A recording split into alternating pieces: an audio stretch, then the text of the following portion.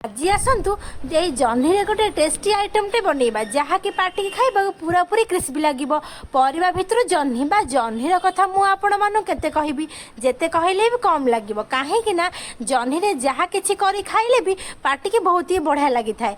तो मु आगु आपण मानु जह्नी रे बहुत किछि सुंदर सुंदर रेसिपी देइछि तो मु पुणी नहीं आसली जह्नी रे आउ एक सुंदर रेसिपी जहाँ कि छोट बड़ जाए समस्ते एंजॉय करके खाई पारिबे।